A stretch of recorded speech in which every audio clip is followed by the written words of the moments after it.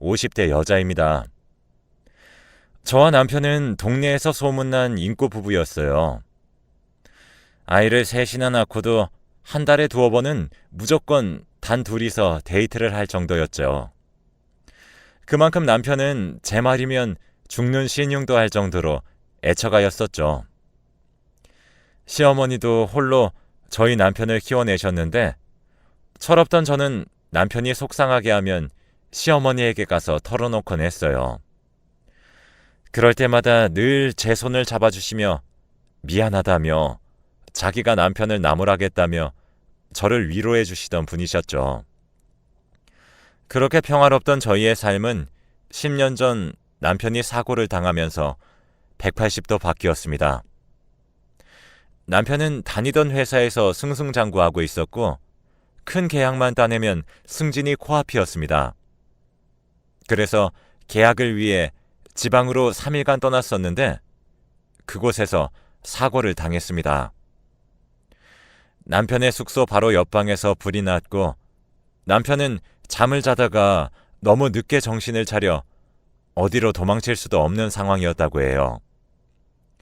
이미 방은 매캐한 연기로 가득 찼고 도망칠 곳은 창밖뿐이었는데 옥상에서 줄을 내려 남편을 구하려고 해도 이미 위층까지 불이 번져서 소방관들도 섣불리 움직이지 못하고 있었다고 합니다.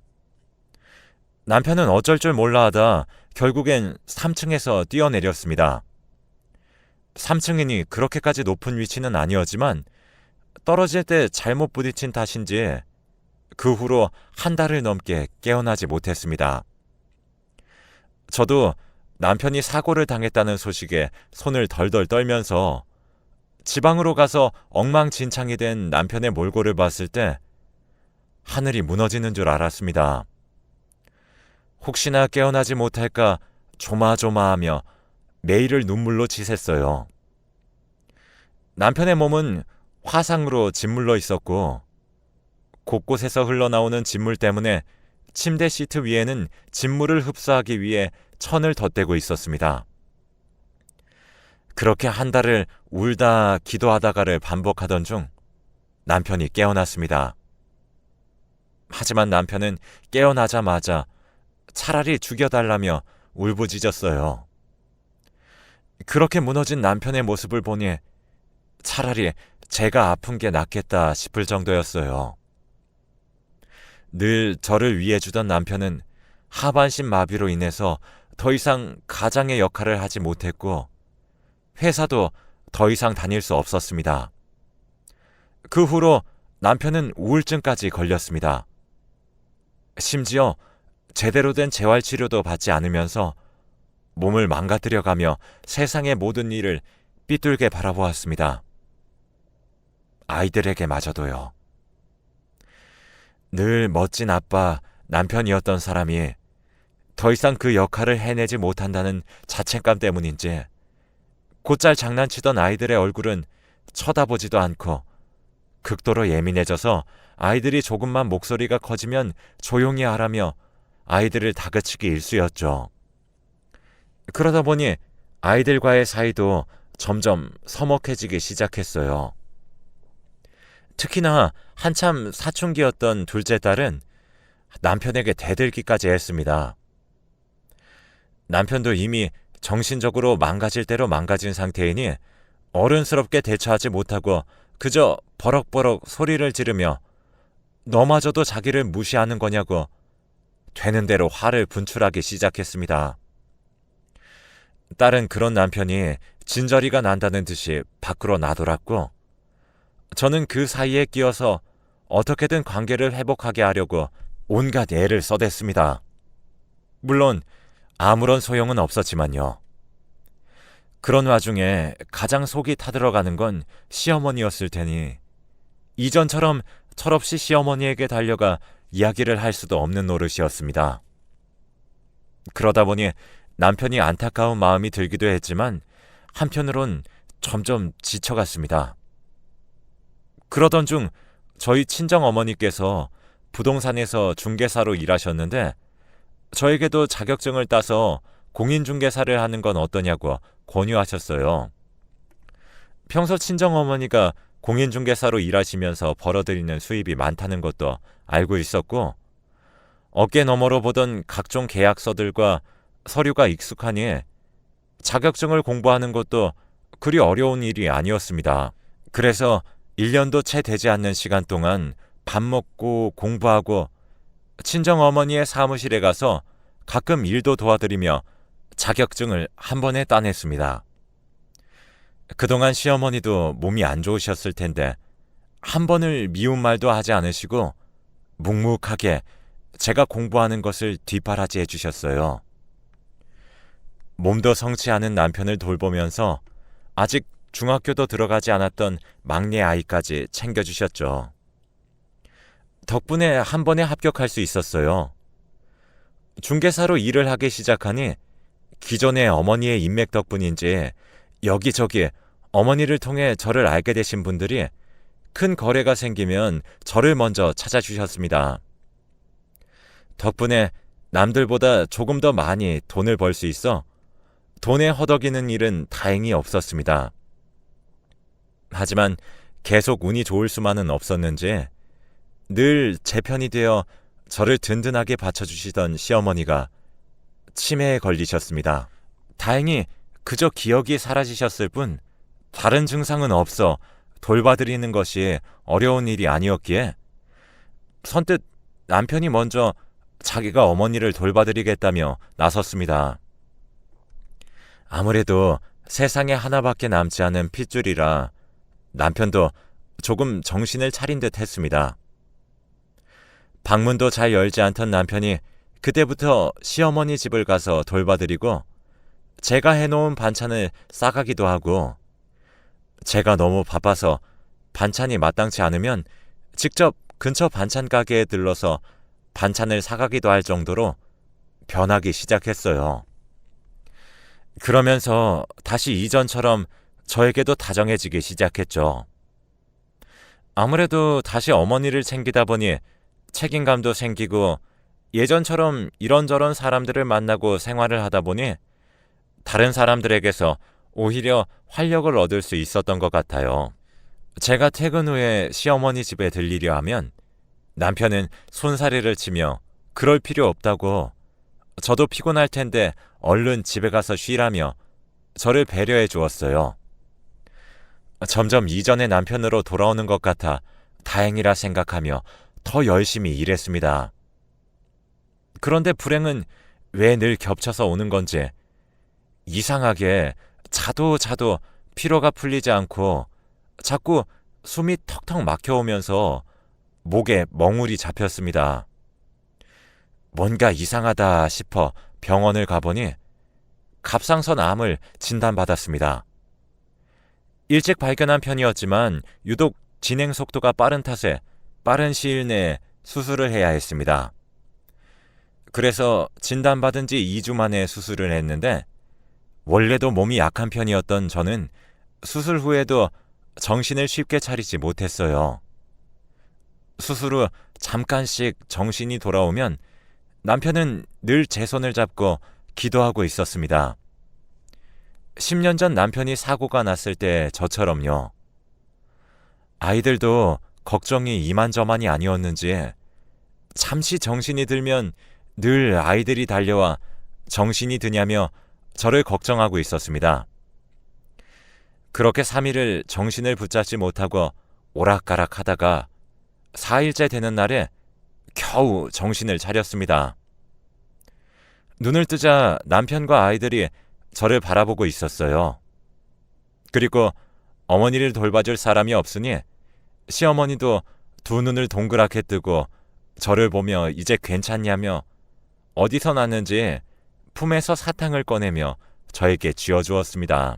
온 가족이 저를 걱정하며 돌아가면서 간호해준 덕에 의식을 찾고 난 후로는 빠르게 몸을 회복할 수 있었습니다. 특히 남편의 극진한 보살핌을 받고 있으니 그래도 역시 힘들 때 곁에 있어주는 건 가족밖에 없구나 싶었습니다. 그런데 한 번은 남편이 집에 제 물건들을 챙기러 잠시 자리를 비운 사이에 시어머니께서 저에게 계속 이상한 말을 하셨습니다. 저에게 계속 아저씨네 둘째 아줌마냐면서 첫째 아줌마는 집에서 기다리고 있다고요. 첫째 아줌마는 누구며 왜 저를 둘째 아줌마라고 부르는 건지 도무지 알 수 없는 노릇이라 답답해서 어머니를 붙잡고 자세히 설명해 달라고 하는 찰나 남편이 돌아왔습니다. 남편은 늘 그렇듯 사람 좋은 미소를 지으면서 무슨 이야기를 그렇게 진지하게 하고 있냐며 물어왔습니다. 그런데 어머니가 먼저 남편에게 아저씨라고 부르면서 첫째 아줌마는 지금 집에서 기다리고 있는 거냐고 물어보자 남편은 눈에 띄게 당황하면서 제 눈치를 봤습니다. 그때 뭔가가 이상하다는 것을 깨달았지만 뒤이어 들어오는 둘째 딸을 보고 목에 걸린 질문들을 삼키는 수밖에 없었습니다. 둘째는 병실에 들어와서 분위기가 왜 이러냐며 장난기 섞인 말투로 물었지만 저는 저대로 남편은 남편대로 굳어진 탓에 아무도 제대로 된 대답을 하지 못했습니다. 그러자 시어머니가 허기지다며 고기가 드시고 싶다고 하는 말에 약속이라도 한 듯 저와 남편은 그럼 둘째에게 할머니 모시고 저녁으로 병원 앞에 있는 고깃집에 다녀오라고 카드를 내밀었습니다. 그렇게 둘째가 나간 후 남편에게 어머님이 하신 말씀이 도대체 무슨 의미냐고 물으려고 했지만 남편은 그제서야 짐짓 아무렇지 않은 척 어머님 옆집에 사는 아주머니를 말하는 것 같다며 평소에 그분이 어머님을 자주 들여다보면서 챙겨주셨다면서 잘도 빠져나갔습니다. 당장은 제가 몸이 안 좋아 병원에 꼼짝없이 누워 있어야 하니 남편의 말을 직접 확인해 볼 수도 없는 노릇이라 어쩔 수 없이 남편의 말에 토를 달지도 못한 채 그렇게 넘어갔습니다. 그런데 제가 태어나는 날 어머님의 의미 모를 말은 또 제 신경을 건드렸습니다. 그럼 이제 태어나면 둘째 아줌마랑 첫째 아줌마랑 아저씨랑 나랑 같이 사는 거야? 그 말에 남편은 황급하게 화제를 돌리려 어머니를 막아섰지만 어머니는 말을 멈추지 않으셨습니다. 아저씨는 그럼 첫째 아줌마랑 둘째 아줌마 중에 누구를 더 사랑해? 아줌마들한테 맨날 사랑한다고 하잖아. 첫째 아줌마한테 사랑한다는 말을 더 많이 했으니까 첫째 아줌마를 더 사랑하는 거야? 그 말에 저는 남편의 휠체어를 밀어내고 어머니를 붙잡고 다시 물었습니다. 도대체 첫째 아줌마는 누구고 왜 제가 둘째 아줌마예요? 제가 잔뜩 화가 난 목소리로 묻자 어머님은 겁에 질린 목소리로 첫째 아줌마는 자기 집에 같이 산다며 맨날 자기에게 이것저것 시켜먹는 사람이라고 했습니다. 그 이야기를 듣고 남편을 보자 남편은 제 눈을 마주치지 못하고 어머니가 그동안 제대로 보살펴드리지 못해서 치매가 심해지신 것 같다는 둥에 소리를 늘어놓았습니다. 기가 막혔던 저는 그럼 어머님이 치매가 심해지신 건지는 어머님 집에 가보면 알 수 있겠다면서 앞장서서 어머님의 집으로 향했습니다. 남편은 가는 내내 계속 안절부절 못했고 문을 열고 들어가자 콧소리가 섞인 애교 덩어리 목소리로 벌써 돌아온 거냐며 난생 처음 보는 여자가 자연스럽게 방 안에서 나왔습니다. 그 여자는 방 안에서 나오다가 저를 보고서는 흠칫 놀라더니 뻔뻔하게 저에게 인사를 해왔습니다. 어이가 없어진 저는 소리를 칠 타이밍조차 놓치고 누구신데 거기서 나오냐며 물었습니다. 그러자 얼마나 낯짝이 두꺼운지 보면 모르냐면서 오빠 여자친구라고 자기를 소개했습니다. 그리고 10년도 더 된 사이라는 말까지 덧붙이더군요. 순간 멍해진 저는 아무 말도 안 나와서 주먹만 꽉 쥐고 있다가 한마디 쏘아붙이려는 찰나에 순간 정신이 돌아오신 어머님이 달려나가 그 여자의 머리채를 휘어잡으셨습니다. 그러면서 자기 아들 앞길 망치고 뻔뻔하게 여기까지 기생충처럼 붙어있냐면서 욕짓거리를 내뱉으셨어요. 어머님이 정신이 돌아오신 것도 놀라웠지만 어머님의 입에서 험한 말이 나오는 것이 더 놀라웠습니다. 어안이 벙벙한 채로 있으니 어머님은 그 여자를 집에서 내쫓으시고서는 남편에게로 가서 뺨을 힘껏 내리치셨습니다. 내가 아무리 정신이 없다고 해도 어디 근본도 없는 상간녀를 데리고 와서 내 집에서 같이 살게 해. 내가 아무리 힘들게 혼자 너를 키웠어도 그런 부끄러운 짓을 할 만한 사람으로 키운 적은 없다. 네 자식들 보기에 부끄럽지도 않은 게야. 정신이 돌아왔는데도 이렇게 부끄러운 일 천지니 얼른 다시 정신을 놓고 싶기는 또 처음이구나. 새아가 앞에서 이게 무슨 꼴이야? 남편에게도 한 차례 쏘아붙이신 후 저에게 와서는 성치도 않은 몸으로 무릎을 꿇으시고는 사실은 저 여자가 10년 전에 사고를 당할 때 같이 방에 있었던 여자라며 그때 제대로 단돌이 쳐서 다시는 안 만나고 끝낸 줄로만 알고 있었는데 아직까지 저러고 있을 줄은 꿈에도 몰랐다며 저를 볼 면목이 없다면서 자기 아들을 용서하지 말고 저를 힘들게 해서 미안하다는 말만 하시다가 다시 정신을 놓아버리셨습니다. 저는 바로 남편을 추궁하였지만 남편은 끝까지 대답을 피하며 어머님이 가장에서 기억하고 계신 거라며 회피했습니다. 그러던 중에 어떻게 된 일인지 딸이 거짓말 말라며 소리를 치며 집 안으로 들어왔습니다. 알고 보니 남편이 사고가 난 직후 딸과 사이가 안 좋아졌었던 것은 딸이 남편이 바람을 피운다는 사실을 알게 되었기 때문이었습니다. 딸은 중학생 때 휴대폰이 없어 남편의 휴대전화를 가지고 놀다가 그 여자와 나눈 문자를 보게 되었고 남편은 그런 딸에게 이혼하는 꼴을 보고 싶으면 엄마한테 다 일을 하면서 협박을 했었다고 합니다. 그리고 며칠 후에도 다시 태도를 바꿔서 딸에게 미안했다며 이제 그 여자와는 모두 정리했다고 그 사실은 둘만 아는 비밀로 하자고 하면서 딸의 입단속을 시킨 것이었습니다. 그 당시에 딸은 두 사람이 나눈 문자와 같이 찍은 사진을 통하여 여자의 얼굴을 알고 있었고 저희를 찾기 위해 찾아온 할머니의 집 앞에 그 여자가 떡하니 씩씩거리며 있는 꼴을 보고선 남편이 아직도 정신을 못 차리고 그때 거짓말을 한 것이었구나 싶어서 한달음에 집 안으로 들어온 것이었습니다. 딸의 이야기를 듣고 있으니 정말 머리에 피가 쏠려 터지기 일보 직전이었습니다. 남편은 더 이상 할 변명도 없는지 자포자기한 표정으로 저를 보고 있었습니다. 어디 한 군데 멀쩡한 곳이 없으니 한 대 시원하게 내려치고 싶어도 그럴 수도 없었습니다. 제 입에서 나오는 건 이혼하자는 말뿐이었습니다. 더 이상 무언가를 이야기하는 것도 지쳐 그 자리를 빠져나와 다음날 바로 합의 이혼 서류를 첫째 아들을 통해 전해주었습니다.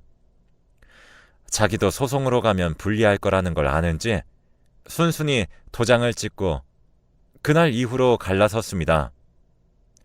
위자료도 남편의 마지막 남은 재산까지 싹싹 긁어 모아 받아냈고 상간녀도 소송을 하여 둘이서 손가락이나 쪽쪽 빨며 사랑만으로 어디까지 갈 수 있나 두고 보려고 했었는데 역시 돈이 없으니 순식간에 파탄 나더군요. 그동안 제가 벌어오는 돈으로 놀고 먹으니 뒤에서 사랑 노름이나 할 수 있었던 거였겠죠. 그리고 전 남편과 그 상간녀가 서로 못 볼 꼴까지 다 보고 헤어졌다는 소식 이후로 어머님이 돌아가셨다는 소식을 전해 들었습니다. 끝까지 남아있는 정신으로 제 편을 들어주셨던 분이 돌아가셨다고 하니 마음이 참 씁쓸하더라고요.